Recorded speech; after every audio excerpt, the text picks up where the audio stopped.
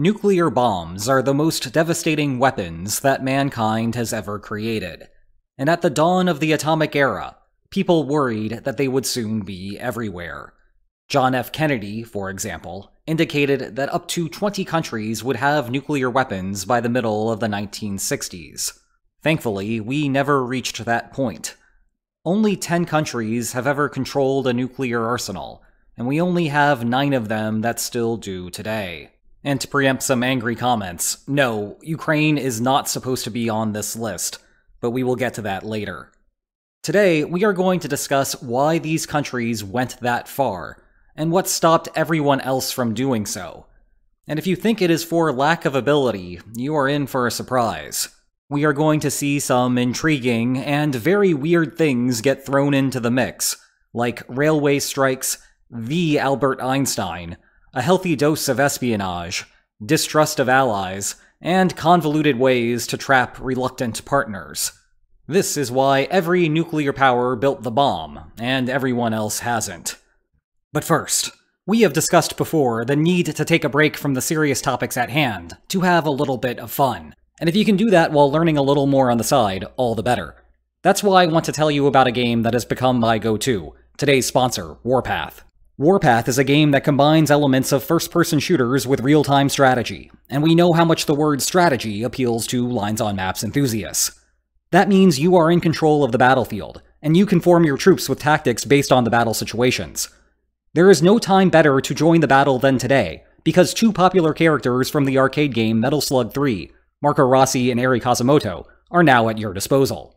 Marco Rossi can strengthen the damage of troops, and Eri Kazumoto can greatly reduce the enemy's hit rate, and instantly resolve the enemy's key attack. You can join the in-game event to get these officers for free, or choose your favorite character to join these officers' camps to win cash rewards. Of course, you can get deep into the military history, featuring real maps and historical battles with materiel. Yes, I said materiel. Like M2 medium tanks and BM8 rocket launchers. Choose from 34 types of artillery, 27 types of infantry armaments, and 104 types of tanks overall. And with Metal Slug 3, you can also apply a special unit skin, SV-001, the beloved Metal Slug 3 super vehicle. Warpath and Metal Slug 3 collaboration explodes the mission of Battlefield. Check the link in the description and join me by downloading Warpath now. Let's begin with the countries that have built the bomb, going in chronological order. That means we begin with the United States, which is convenient because the story is easy, but it takes place long enough ago that there are only 48 stars on the flag. In August 1939, Albert Einstein co-authored a letter to President Franklin Delano Roosevelt, which hit on all the key points. That it was possible to weaponize uranium, that the weapon could completely destroy large targets, that it would be a good idea to get physicists involved in the war industry, and that Nazi Germany may be trying to develop that weapon. 2 months later, FDR sent a thank you note, and authorized preliminary commissions for the United States to work on such a project. Progress was slow-moving until Japan attacked Pearl Harbor on December 7, 1941. But now officially facing geopolitical opponents, the United States had a clear reason to pour money into what seemed at the time like a risky investment. That led to the creation of the Manhattan Project the following summer. 3 major research facilities were built: Los Alamos in New Mexico, Oak Ridge in Tennessee, and Hanford in Washington. 3 years later, the Trinity test officially ushered in the nuclear era, and shortly thereafter, the United States dropped bombs on Hiroshima and Nagasaki, Japan. The United States would continue working on further nuclear devices in the following decades, and apparently celebrate successes with mushroom cloud cake, but its nuclear monopoly would soon come to an end. The Soviet Union became the next entrant in the nuclear club in 1949. Following World War II, the former Allied relationship between the United States and the Soviet Union quickly broke down, with the recently carved up East and West Germany serving as a fault line, and the Berlin blockade previewing how contentious the relationship would ultimately be. As a result, Stalin ordered a rush to proliferate following the end of the war, banking that the United States and the United Kingdom would not interfere while they were still recovering. Soviet physicists had some help in the matter because of spies that had infiltrated the Manhattan Project and passed along information regarding design and construction. This allowed the Soviet Union to test its first weapon in 1949, years ahead of what US intelligence had anticipated. And if you thought that Moscow would order a nuclear test on Russian soil, you would be wrong. This is Kazakhstan, but we will get to that later. Third on the list was the United Kingdom. British physicists had their own nuclear weapons project during World War II. Its origin was the Maud Committee, bizarrely enough named after Niels Bohr's housekeeper Maud Ray. That evolved into a full-fledged venture analogous to the Manhattan Project, with the delightfully dull name Tube Alloys. Leave it to the British to bore us into a false sense of indifference. However, Nazi Germany was right across the English Channel, and Britain was the target of a sustained bombing campaign during the war. That made keeping the project on the islands dangerous. Thus, under the Quebec Agreement, Tube Alloys became subsumed by the Manhattan Project. In return, Britain received information regarding technical developments, which facilitated the 1952 Operation Hurricane nuclear test. And if you thought that they would do this on the soil of the British Isles, guess again. This occurred in Australia. Fourth on the list is France. With NATO alliance partners, the United States and the United Kingdom already having acquired nuclear weapons, you might think that France doing the same would be superfluous. Charles de Gaulle, however, would disagree. In the event that the Soviet Union invaded Western Europe, de Gaulle worried that he would witness a repeat of World War II. France would be outmanned standing alone, and have no choice but to evacuate the continent. Yes, the United States and the United Kingdom would eventually take care of business, but they would take their own sweet time to do so. It is like what Winston Churchill once said: you can always count on the Americans to do the right thing after they have exhausted all the other possibilities. Well, de Gaulle felt the same way, except that it applied to Britain just as much as it applied to America. An independent French nuclear weapon was the answer, hence the Jabois Blue test in 1960. And if you thought that they would do this on the French mainland soil, guess again. This was in Algeria. That actually connects to another component of the decision. France's status took a beating from World War II, and then again with the Algerian War. De Gaulle may not have seen France's seat at the United Nations Security Council as enough, but that a nuclear weapon could get him back into the game of international politics. Fifth was the People's Republic of China. By 1961, China had managed the impressive feat of antagonizing both the Cold War superpowers, the United States over the general communism-democracy debate and mutual participation in the Korean War, and the Soviet Union over the finer points of Marxism. The result became known as the Sino-Soviet split. It got so bad that there were brief overtures between Washington and Moscow about whether to do a joint operation to stop China from building a bomb. But the Soviet Union passed, and the United States went nowhere without the help. As a result, China tested its first nuclear weapon in 1964 as a way to deter both of those opponents, and the government was all too happy to announce China's entry as the fifth nuclear power. Brief aside that will matter for later. These were the only 5 countries that had nuclear weapons at the start of negotiations for the Nuclear Non-Proliferation Treaty. As a result, their possession of the weapons is baked into the treaty, and they are sometimes described as the recognized nuclear weapon states. That leaves us with the 5 unrecognized nuclear weapon states in contrast. Continuing in chronological order, the first of these is Israel. Israel faced a strategic problem that none of the first 5 countries encountered. From its independence in 1948, Israel was surrounded by geopolitical rivals. Combine that with the relatively small size of the Israeli state, and you can see why the government was worried about being run over. Nuclear weapons provided the ultimate insurance policy. However, Israel lives in a bizarre world of duality, where there is still no official acknowledgement of its ownership of nuclear weapons. And Israel has no confirmed test either, which makes placing an exact date on Israeli acquisition difficult. Speaking of dates that are difficult to pin down, next up is India. The strategic reason that India sought nuclear weapons was due to ongoing border conflicts with Pakistan and China. Its first test came in 1974, officially titled Pokhran 1, but often dubbed the Smiling Buddha or Happy Krishna, which were two oh-so-cute euphemisms for what they also described as a peaceful nuclear explosion.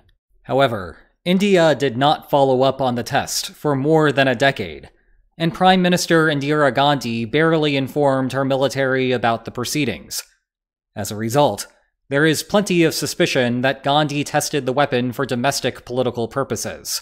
Her poll numbers were suffering as a result of a 1973 economic recession, and India was in the midst of an ongoing rail strike, which by some measures was the largest labor strife in the history of mankind. The Smiling Buddha changed the media narrative and gave Gandhi a much-needed win. Next on the list is South Africa in 1979, and oh goodness is this one complicated. Development occurred back during the apartheid era. A civil war was ongoing in neighboring Angola between the MPLA and UNITA. South Africa supported UNITA, while Cuba provided troops, and the Soviet Union provided material support to the MPLA. The apartheid government worried that the civil war might spill over into South Africa, and that the United States might waver in intervening because of, the whole apartheid policy thing. Thus, a bizarre scheme was born. South Africa would build a nuclear weapon, but then not tell anyone about it. I guess that every administration has limits on how much negative international PR it is willing to take. If the Civil War were to have spilled over, you would think South Africa would have then fired them at Angola. But nope. Once the border was crossed, the plan was to then reveal the nuclear arsenal. That would compel the United States to reluctantly intervene, so as to keep South Africa's bombs in the basement. When the apartheid government gave up power, though, it did not want the successor government to keep the nuclear weapons. And thus, South Africa became the first and only country to give up a nuclear arsenal. And no, Ukraine still does not count here, though we are getting close to finally discussing that point. Ninth on the list is Pakistan. There is not much to add here. Pakistan trailed India in technical capacity, and thus did not immediately respond to the Smiling Buddha. But when tensions flared again in the 1980s, India got serious about weaponizing its own nuclear technology, and by 1998, Pakistan tested its first nuclear weapon. And consequently, the leaders of India and Pakistan won the sarcastic version of the Nobel Peace Prize that year for their increasingly aggressive, peaceful detonations of nuclear weapons. North Korea is last up. Nobody really likes North Korea on the international stage. China only tolerates the Kim dynasty because it wants a buffer with the West. And Russia has been cuddling up only recently because Moscow desperately needs artillery for its invasion of Ukraine. All alone on its diplomatic island, North Korea saw nuclear weapons as a critical way to maintain its presence on the peninsula. For all the discussion of North Korea's massive army, remove the nuclear weapons, and South Korea would dominate in a conventional war because of its financial and technological advantages, never mind the shadow of Western support. Nuclear weapons therefore provide the regime insurance that the Kim dynasty seeks so much. And that does it for all 10 of the nuclear powers. But this is a video on why every nuclear power built the bomb, and everyone else did not, so we are only halfway done here. And there are 3 countries that serve as a nice bridge between the categories: Belarus, Kazakhstan, and yes, finally, Ukraine. They are famous for having hosted nuclear arsenals on their soil at the time of the Soviet Union's collapse. With Ukraine, Its 1990 stockpile was particularly impressive, only surpassed worldwide by the United States and Russia. Also, what a crazy time the Cold War was to be alive. Anyway, following Russia's invasion of Ukraine in 2022, a common narrative was that Ukraine naively gave up its weapons back in the 1990s, out of a false sense of trust in Moscow. The reality, though, is very different. In principle, the legacy Soviet nuclear weapons were only supposed to be used after consultation among the successor states.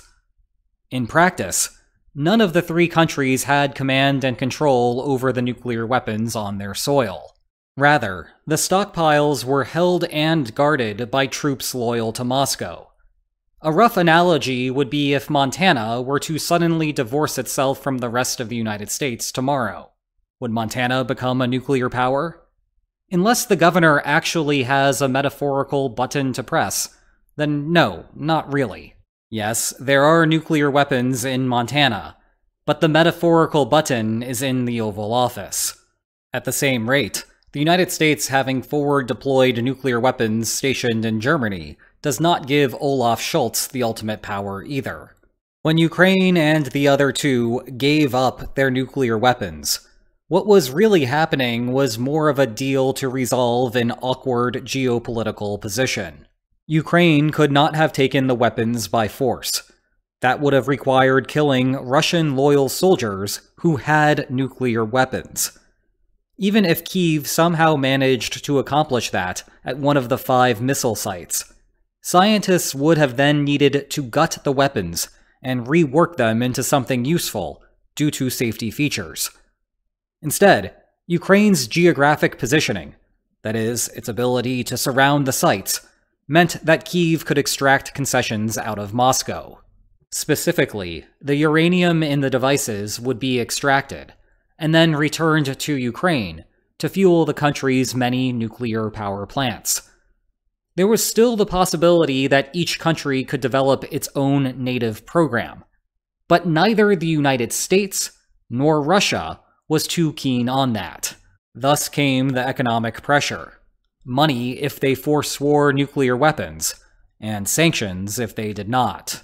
Belarus agreed quickly because it would soon return to being a satellite of Moscow anyway, and Lukashenko would stick around in the long term to make sure Belarus followed through on that.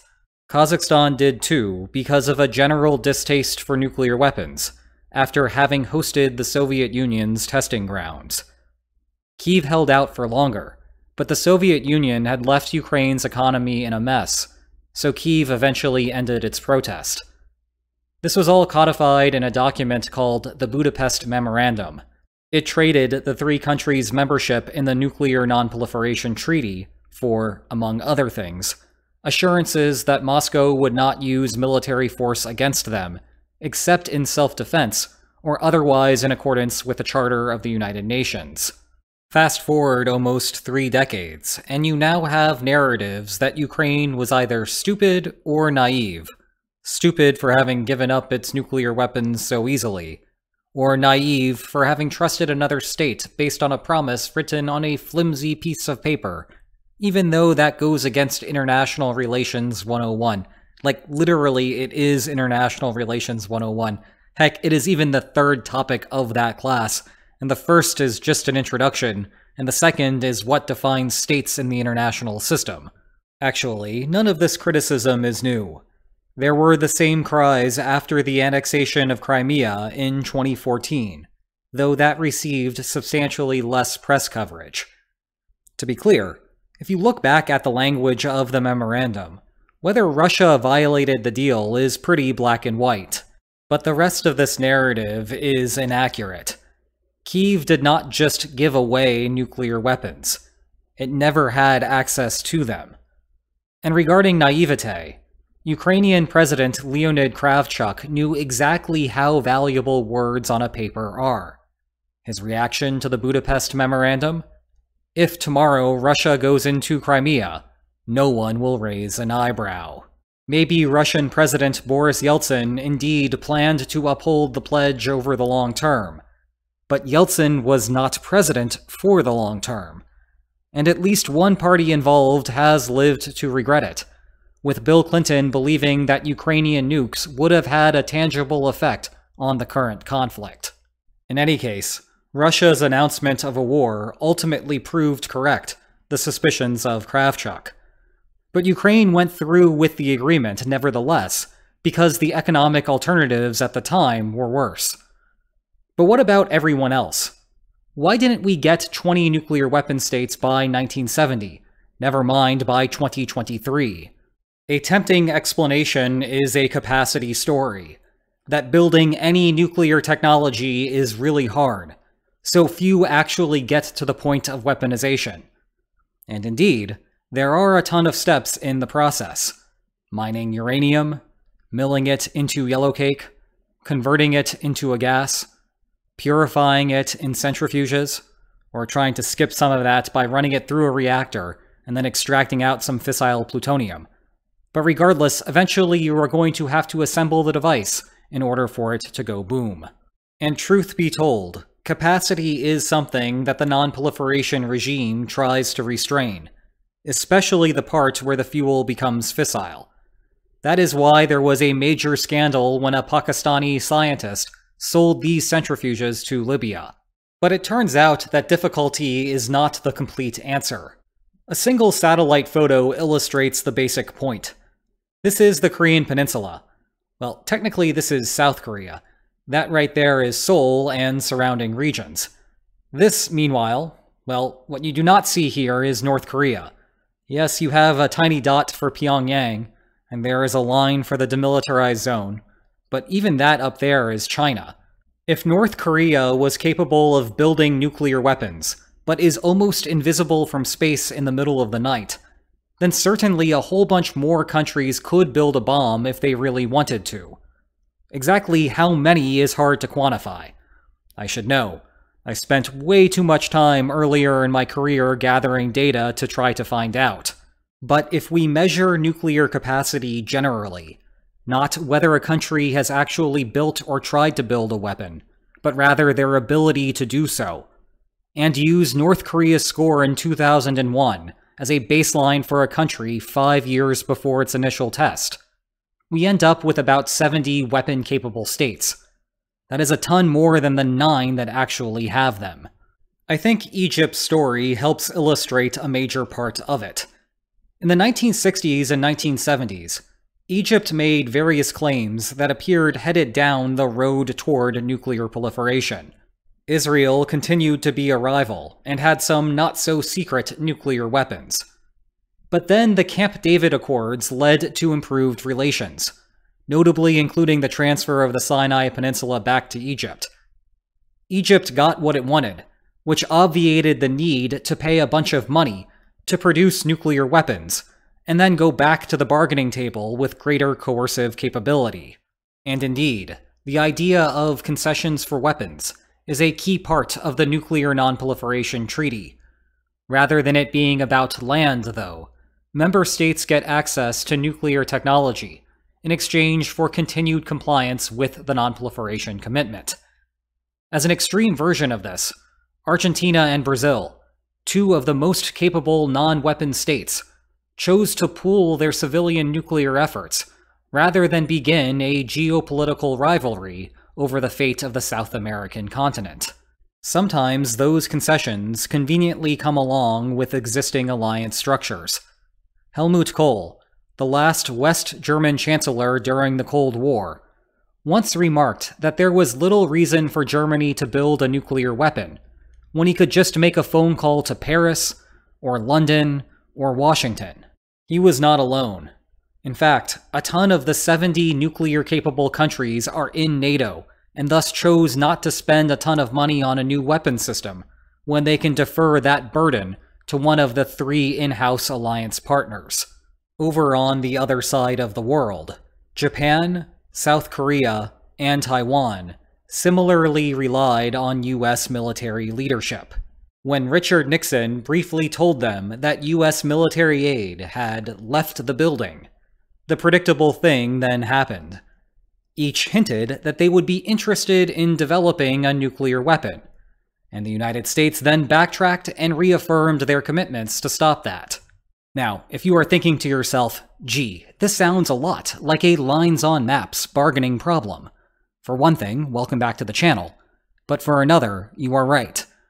Building nuclear weapons is inefficient, so it stands to reason that there should always be a settlement that leaves both parties better off. In turn, the explanations for those proliferating states are solid historical narratives, but they do not meet a true social science standard. However, getting that deep would require a video of its own, or maybe a dissertation I wrote once upon a time. But even aside from those bargaining concerns, for another group of states, it is just a raw cost calculation. Somehow, at some point, nuclear weapons got a reputation of being a cheap alternative to conventional arms. That is misleading. Over the first 5+ decades in the nuclear era, the United States spent $5.8 trillion on its nuclear weapons program. That is more than expenditures on income security, interest on the national debt, or Medicare. In fact, the only things that exceeded nuclear spending were Social Security and conventional defense. In terms of current money, that is $10.72 trillion. Granted, not all countries building nuclear weapons would want a program as large as the United States is, and they can free ride to some extent on design. But no other country has the wealth or industrial capacity to absorb that damage either, and less than 10% of the US expenditures went toward building the bomb. The vast majority of the cost is on maintenance and deployment, which any new nuclear weapons state has to pay for. Thus, if you want to build a nuke, you had better be getting a lot of bang for your buck. That takes a ton of other countries off the board. Anyone without a significant geopolitical rivalry simply cannot justify the price tag.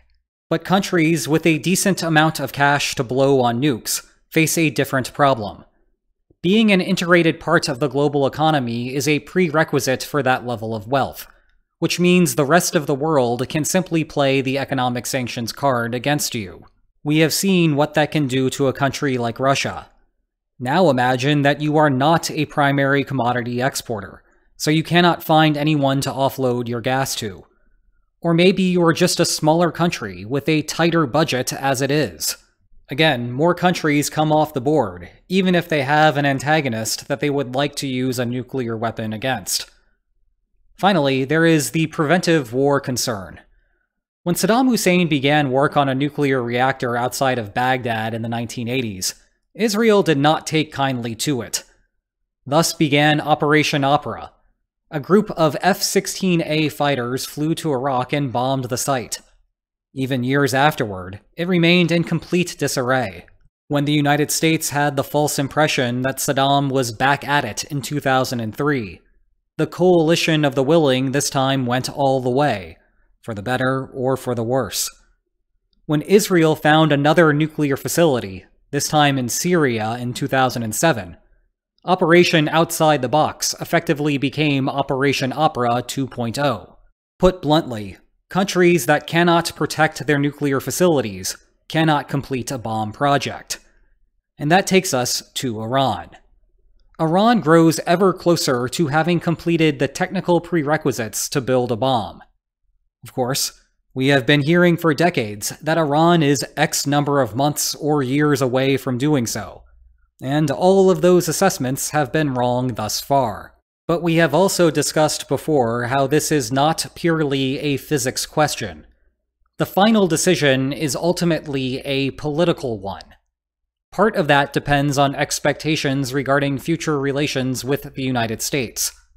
Part of that depends on whether Tehran expects Israel to attempt a preventive operation, which will be much harder than an Iraq or Syria situation, because of the longer distance, and because Iran has put some of its facilities underground. In any case, Iran is the most likely 10th contemporary nuclear state, and 11th overall. And if that happens, we may need to revisit the situation for some other countries. How long do you think it will be before Iran builds a nuclear weapon, if ever? Let me know in the comments. And if you enjoyed this video, please like, share, and subscribe, and I will see you next time. Take care. I think I just discovered a new record for longest unnoticed Easter egg on this channel, and probably one that will never be broken. I myself had forgotten about it until I was animating the slide referencing International Relations 101. Do you see it? When I made that series 12 years ago, the thumbnail meta of large emotive faces was not yet a thing. So I designed a consistent cover with a bunch of flags. We have the big players, like the United States, there's China, France, a retro throwback to the Soviet Union, and even Ukraine is there, as if to foreshadow where this channel would go more than a decade later. But then there is this.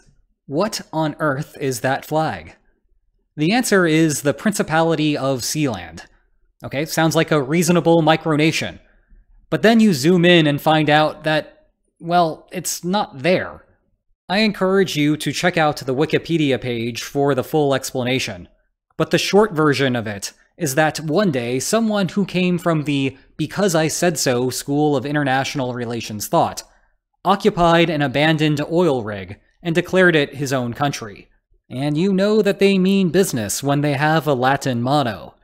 Anyway, for the last 12 years, I suppose that this here hack has lent legitimacy to those claims by putting its flag on a thumbnail.